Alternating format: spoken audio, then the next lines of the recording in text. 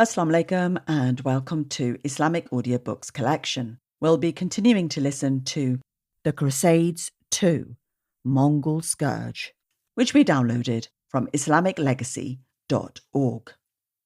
Let's listen.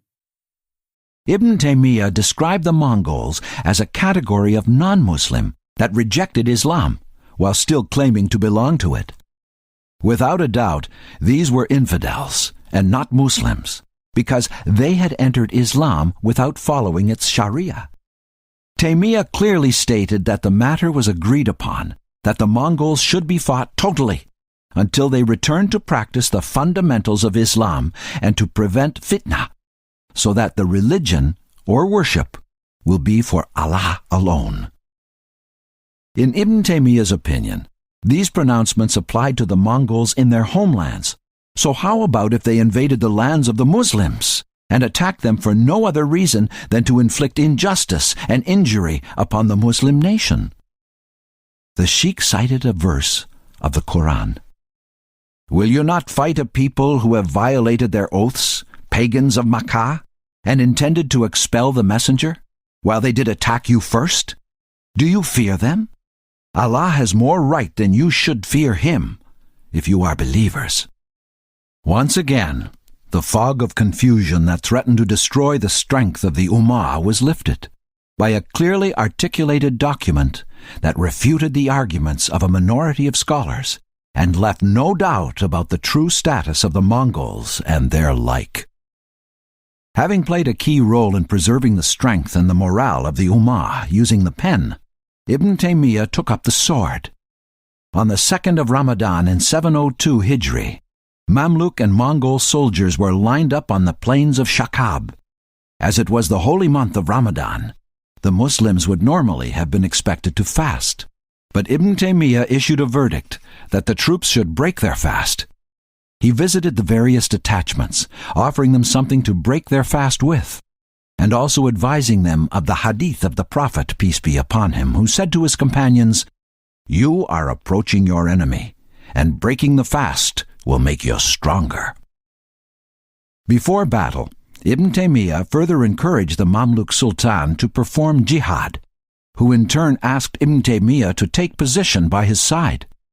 Ibn Taymiyyah replied to the Sultan by saying, "The sunnah is for each man to stand behind the flag of his people, and we are from Sham, so we will only stand with them." And so, the Battle of Shakab began. The Mamluks fought with valor, with the Sultan chaining the legs of his horse lest it should run away in the heat of battle. Ibn Taymiyyah amazed even the Mamluk army's generals with his courage, one of whom noted the following: "Seated on horseback, he assumed his station in the front line like a brave soldier and flew at the enemy ranks as if he had no fear." The left wing of the Mongol army ferociously attacked the Mamluks' right wing with a brigade of 10,000 soldiers. The Muslims suffered heavy casualties from this single assault. The Mamluk center and left wings, under the command of Emir Salar and Amir Baybars al-Jashnakir, emerged to confront the Mongols. But the Mongols continued to charge into the right flank of the Egyptian army, pushing them back. The Muslim army seemed to be heading for a defeat. The Mamluk left flank, however, held firm. The Mongol commander, Kutluz Shah, went to the top of a nearby hill, expecting to witness the final victory of his army. But while he was issuing orders, the Egyptians surrounded the hill. The Mongols suffered heavy casualties defending their position on the hill. The next morning, the Mamluks deliberately opened their ranks to let the Mongols flee to the river. But when the Mongols reached the river to drink, the Sultan attacked the Mongols. The fighting lasted till noon, and by the next day, the battle was over. It was reported that upon hearing the news of a crushing defeat, Kazan suffered a hemorrhage and died a year later. As for the Muslim armies, they triumphantly entered Damascus on the 5th of Ramadan. But this victory may not have been possible had it not been for the bravery and courage of Ibn Taymiyyah, who not only dared to challenge Kazan, but also rallied the Muslims and their leaders to fight against tyranny and oppression. Chapter 3. Intellectual Inferno. Although the Mongols had been dealt a mortal blow in this campaign, Ibn Taymiyyah was well aware that the poisonous beliefs that had afflicted the Muslim population continued to spread. In one case, a number of Muslims had attributed divine powers to a particular rock. In the tradition of the Prophet Ibrahim, Ibn Taymiyyah had the rock destroyed by stonemasons. In another, an old man who had grown long nails and wore a flamboyant quilt was brought in front of him, on the charge of being addicted to intoxicants and abusive language. Ibn Taymiyyah had his nails trimmed, his quilt torn, and the man was made to renounce his vile ways. The sheikh and his companions would frequently traverse the streets, closing down taverns and preempting other such immoralities from springing up. But rather than thank Ibn Taymiyyah for voluntarily maintaining law and order, many of his reformative actions gained him the displeasure of a portion of the population. Apart from engaging with the Mongols, Ibn Taymiyyah also took part in jihad against the heretic sects, such as the Batinites, Ismailites, Hakimites, and the Nusayrites. These groups lived around the areas of Damascus and had encouraged the Crusaders and the Mongols to attack the main body of the Muslim Ummah. They would carry out raids themselves and had, on a previous occasion, harassed the defeated Mamluk army on their return back to Egypt. The people of these sects openly rejoiced at the incoming Mongol hordes and expressed grief when the Muslims had defeated them. Ibn Taymiyyah was successful in bringing some back to the fold of Islam, but many still remained indifferent and were therefore subdued by the expedition. During his lifetime, Ibn Taymiyyah wrote Jawab-u-Sahih, a treatise consisting of several volumes where he comprehensively refuted the arguments and allegations of the Christians. His work traced the spiritual experiences of the early communities back to the mythology and idolatry of the Romans. He went further on to explain the corruption of the texts and of the prophecies contained within the Christian scriptures that related to the last and final messenger, Prophet Muhammad, peace be upon him. Ibn Taymiyyah also wrote a 1,200-page text titled Minhaj as-Sunnah as a refutation of the Shiite sect. His work came as a response to the writings of one who, in his zeal, had painted the first three rightly guided Khalifas of Islam not only as hypocrites and impostors, but also as vile and unjust creatures. Ibn Taymiyyah pointed out how even the Jews and Christians, whose scriptures accused many prophets of indecencies, in fact respected the prophets more than the Shiites did. He also noted that the key difference and a major cause of hostilities they had with Islam was their bitterness against the first three Khalifas and a majority of the Prophet's companions. But Ibn Taymiyyah's personality and his activities would earn him many enemies. Some of the religious elite grew jealous of his popularity, whilst others were annoyed with his methods. Some even loathed him for the humiliation they had experienced when debating the scholar. Ibn Taymiyyah was a human after all, and like all humans, he too was prone to mistakes. As his student Ad-Dahabi notes, that he was a man from amongst men. He could be overcome with sharpness and anger in discussions, and attack his opponents verbally, hence planting enmity in their souls towards him. As Ibn Kathir, another one of his students, put it, he was, may Allah have mercy upon him, from the greatest of scholars, but also from those who err and are correct. However, his errors with respect to his correct rulings were like a drop in a huge ocean. Chapter 4. Final Days. Despite Ibn Taymiyyah's esteemed standing amongst the population, his political opponents would find every possible avenue to discredit him. Over the many years of his struggles, Ibn Taymiyyah was imprisoned no less than 6 times, and then offered freedom from incarceration in exchange for renouncing his creed. But each time, Ibn Taymiyyah would respond, "The prison is dearer to me than what I am asked to affirm." A few years later, the Sultan of Egypt abdicated his rule, leaving his deputy in charge. This new ruler was fiercely opposed to Ibn Taymiyyah and had him exiled to Skandaria. Even here, Ibn Taymiyyah proved popular. However, his stay was short, for the previous sultan returned and assumed control once more, immediately releasing Ibn Taymiyyah from exile. Even with his short stay in Skandaria, Ibn Taymiyyah had managed to bring many deviants back to the path of Sharia. Upon returning, Ibn Taymiyyah visited the sultan, who in turn advised him of the plot his adversaries had been laying. He consented with Ibn Taymiyyah for the execution of these men, at which point Ibn Taymiyyah immediately began praising them to prevent any punishment from taking place. Such was his large heart that he forgave the very same people who had tried to get rid of him. Ibn Taymiyyah's enemies, however, were clearly not of his caliber. They managed to obtain a 17-year-old legal opinion in which Ibn Taymiyyah had noted that no journey to a shrine, even if it be to the grave of the holy prophet of Islam, could be undertaken as an act of devotion under the Sharia. Through this opinion, his opponents began to discredit him amongst the ignorant. Although Ibn Taymiyyah's opinion was sound, his verdict was used to gain negative publicity amongst the masses. This resulted in the desired effect. Ibn Taymiyyah was jailed in 726 Hijri. His time in jail, however, proved to be more worthy, as he concentrated on prayer and writing. His works were often copied and distributed throughout the country. This would not last for long, however, as on one occasion Ibn Taymiyyah had written a lengthy dissertation in response to a Qadi from the Maliki school, proving how ignorant and unlearned the man was.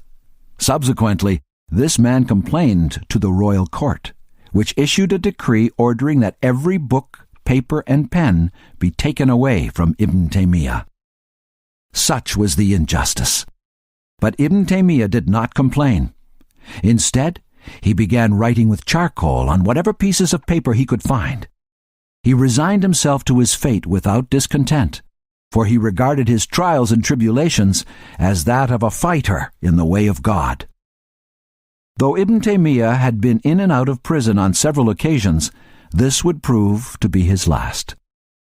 Towards the end of his life, Ibn Taymiyyah was asked for forgiveness by the governor of Damascus, to which he responded, "I have already forgiven you, and all those persons who have been hostile to me. They knew not that I was in the right.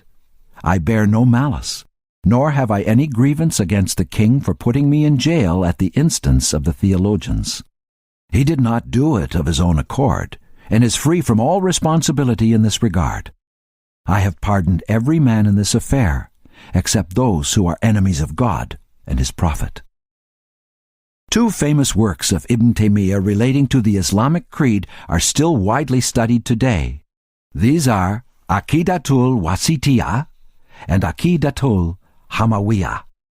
The latter was amazingly written in a single day between the afternoon prayer of Asr and the evening prayer of Maghrib.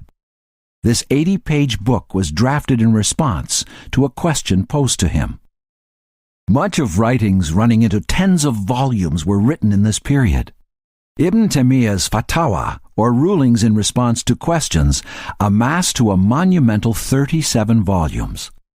Ad-Dahabi states that he produced a total of 500 pieces of work at the time of his death.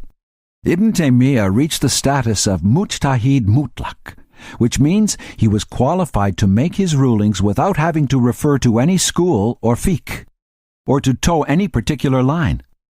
This, that sometimes he would make a scholarly discretion that would disagree with many preceding scholars, but the evidence he relied on was always strong and authentic. In his last days, Ibn Taymiyyah had reserved himself to reciting the Quran. He had just finished reciting the closing verses of Surah Al-Qamar. Lo, the righteous will dwell among gardens and rivers firmly established in the favor of a mighty king. But he would not go any further. On the 22nd of Zulqa'dah, 728 Hijri, whilst still in jail, and after all his trials and tribulations, Ahmed Taqiyuddin Ibn Taymiyyah departed this world. An estimated 100,000 people turned up for his funeral. As one of his students would relate, Once the people had heard of his death, not a single person in Damascus who was able to attend the prayer and wanted to remained, except that he appeared and was present for it. As a result, the markets in Damascus were closed, and all transactions of livelihood were stopped. Governors, heads, scholars, jurists all came out. They say that none of the majority of the people failed to turn up. According to my knowledge, except 3 individuals, they were well known for their enmity for Ibn Taymiyyah and thus hid away from the people out of fear for their lives. And so, with his death ended another chapter in history. But he would not be forgotten, for he had inspired all with his bravery and intelligence, standing up against the tyrants and deviants, holding on to the truth where no others would dare venture. About him, the renowned scholar Ibn Hajar al-Asqalani stated, "The acclaim of Taqi ad-Din Ibn Taymiyyah is more renowned than that of the sun, and titling him Sheikh al-Islam of his era remains until our time upon the virtuous tongues. It will continue tomorrow, just as it was yesterday. No one refutes this but a person who is ignorant of his prestige, or one who turns away from justice. Truly, he was a sign amongst the signs of Allah. May Allah forgive him and bestow mercy upon him. Amin." Al-Izz ibn Abdus Salam. The counselor of King Saleh Ismail, the Ayyubid ruler of Damascus, approached Al-Izz and pleaded with him, "I'm sure if you only moderate your stance a little, all will be set aright. You will be restored to your position and even given higher ones. All you have to do is kiss the hand of the king and show courtesy to him." There was nothing but silence, as the counselor anxiously awaited the reply. Al-Izz was the preeminent scholar of Damascus at the time. He was the head professor at the Al-Zawiya school of Damascus, and also the head imam and khatib of the famous Umayyad mosque. But he had long since fell out of favor with the Ayyubid ruler. Al-Izz had publicly criticized him on the minbar for giving key territories away to the Crusaders and allying with them against his cousin Ayyubid princes. He had even refrained from making dua for the king during the Friday sermons. The king immediately detained him. Then came the response, "How ill do you think of me? Are you suggesting that I kiss his hand? I do not accept that the king kisses my hand. You people live in a world totally different from mine." Eventually, Al-Izz had to leave Damascus, the place of his birth 60 years ago. Al-Izz headed for Egypt, where his scholarly reputation preceded him. He was given an honorable welcome in Egypt. The king, Nasir ad-Din Ayyub, immediately appointed him chief qadi of the city, in addition to a highly ranked teaching position. Once Al-Izz entered Egypt, another respected scholar, Al-Hafiz al-Mundiri, ceased giving fatwas out of respect. What really made Al-Izz different from other scholars of his time was his uncompromising stance on Islamic principles and his courage in defending the right of Allah and his people, regardless of the cost to his person. Once on the day of Eid, he publicly rebuked King Nasir for allowing alcohol to be sold. The king, with the greatest respect for Al-Izz, accepted the chastisement and immediately rectified the matter. As a result of these kind of interventions, Al-Izz received an unusual amount of respect from the leaders around him, who were not accustomed to having their authority challenged in any way. One of the most remarkable of his edicts in Egypt was to declare that regardless of the high regard and status given to Mamluks in society, they were still slaves of the state, and therefore had to buy themselves their freedom. This caused great consternation amongst the ruling class. King Nasir rejected the ruling, which led Al-Izz to pack his bags and leave Egypt. As he left, he was accompanied by a large number of Cairenes who could not bear to leave their sheikh. The advisers of King Nasir exclaimed, "If your sheikh leaves you, your kingdom will be lost." On witnessing this mass exodus, the king revoked his earlier ruling and accepted the decree of the sheikh. The Mamluk officers had to buy their freedom. Aliz was reinstated in his earlier position. The Mamluks, however, were enraged. A group of them went out to kill Aliz if he would not overturn his ruling. They came knocking at his door with their swords unsheathed. Aliz's son urged his father to escape, to which the father replied, "Move out of the way, my son. Your father is too humble to be given the honor of martyr for Allah's cause." As he came out of the door, Aliz stared calmly at the Mamluk officer. On seeing the elderly sheikh, the arm of the Mamluk officer froze, then fell. Tears streamed down his cheeks as he asked for Aliz to pray for him. And thus came about a most curious scene in the history of Egypt. Mamluk princes gathered at the marketplace, and each had a friend or family member pay to attain their freedom. The money would all be spent toward the community's benefit. Such was the nature of Aliz, resolute in applying the letter of the laws of Allah. It was this attribute of Aliz that won him the love of the common folk and the respect of kings. In 1260, with the threat of the Mongol horde looming from the east, the Mamluk Sultan Qutuz rose to power. He made Aliz his closest advisor. It so happened that for a very brief period of time, Aliz had taken Qutuz as a student when he was much younger in Damascus. The two forged a close relationship. Qutuz would seek advice from Aliz in all matters of state, but especially at this critical moment for the Ummah. Qutuz sought the counsel of this great scholar on the threat posed by the Mongol horde. The opinion of Aliz was categorical.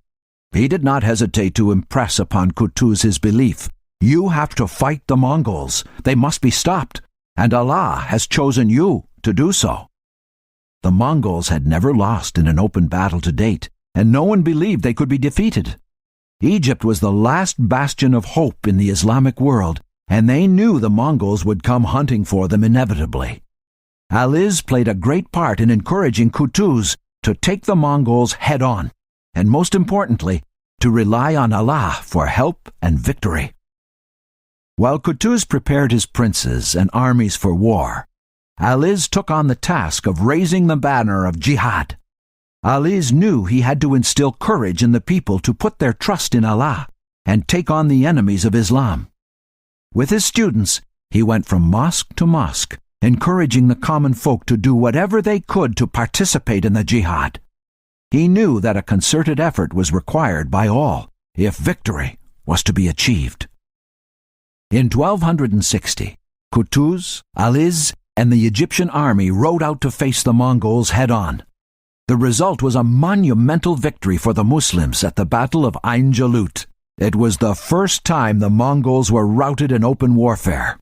Aliz, though he was 70 at the time, fought with sword and shield in hand. Aliz was a great scholar and a master jurist in the Shafi'i school. The great scholar Ad-Dahabi says of him, in his knowledge of fiqh, devotion to religion and God consciousness, he attained that degree of perfection that makes one qualified to exercise ijtihad, or scholarly interpretation of Islamic law. Ibn Kathir agrees. Aliz also wrote many books on various topics such as tafsir, hadith, and usulul fiqh. Aliz ibn Salam died 2 years after the Battle of Ain Jalut. He was a man who believed strongly in justice as one of the key ingredients in receiving Allah's help.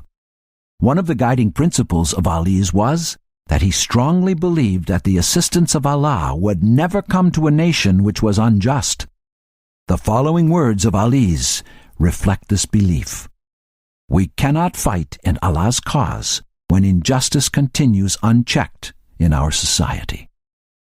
In relation to the role of scholars, Al-Ajuri said, "What do you think, may Allah have mercy on you, of a road that is filled with many obstacles, and the people are in need of crossing it in the darkness of the night? Then lamps were lit for them to light their way, so they passed it safely in good shape. Then another group of people came that had no other choice but to tread the same path. So they walked through, and as they were doing so, the lamps were turned off, and they were left in darkness. Such is the example of the scholars amongst the people. Alhamdulillah, that was the end of the Crusades 2, Mongol Scourge. I hope that was of benefit to you as it was to us. Please do check out IslamicLegacy.org for further projects. At the same time, I'd request that you share this channel with your family and friends and leave any feedback in the comments below, or you're welcome to email me at sisterb007@gmail.com. Jazakallah khair for listening.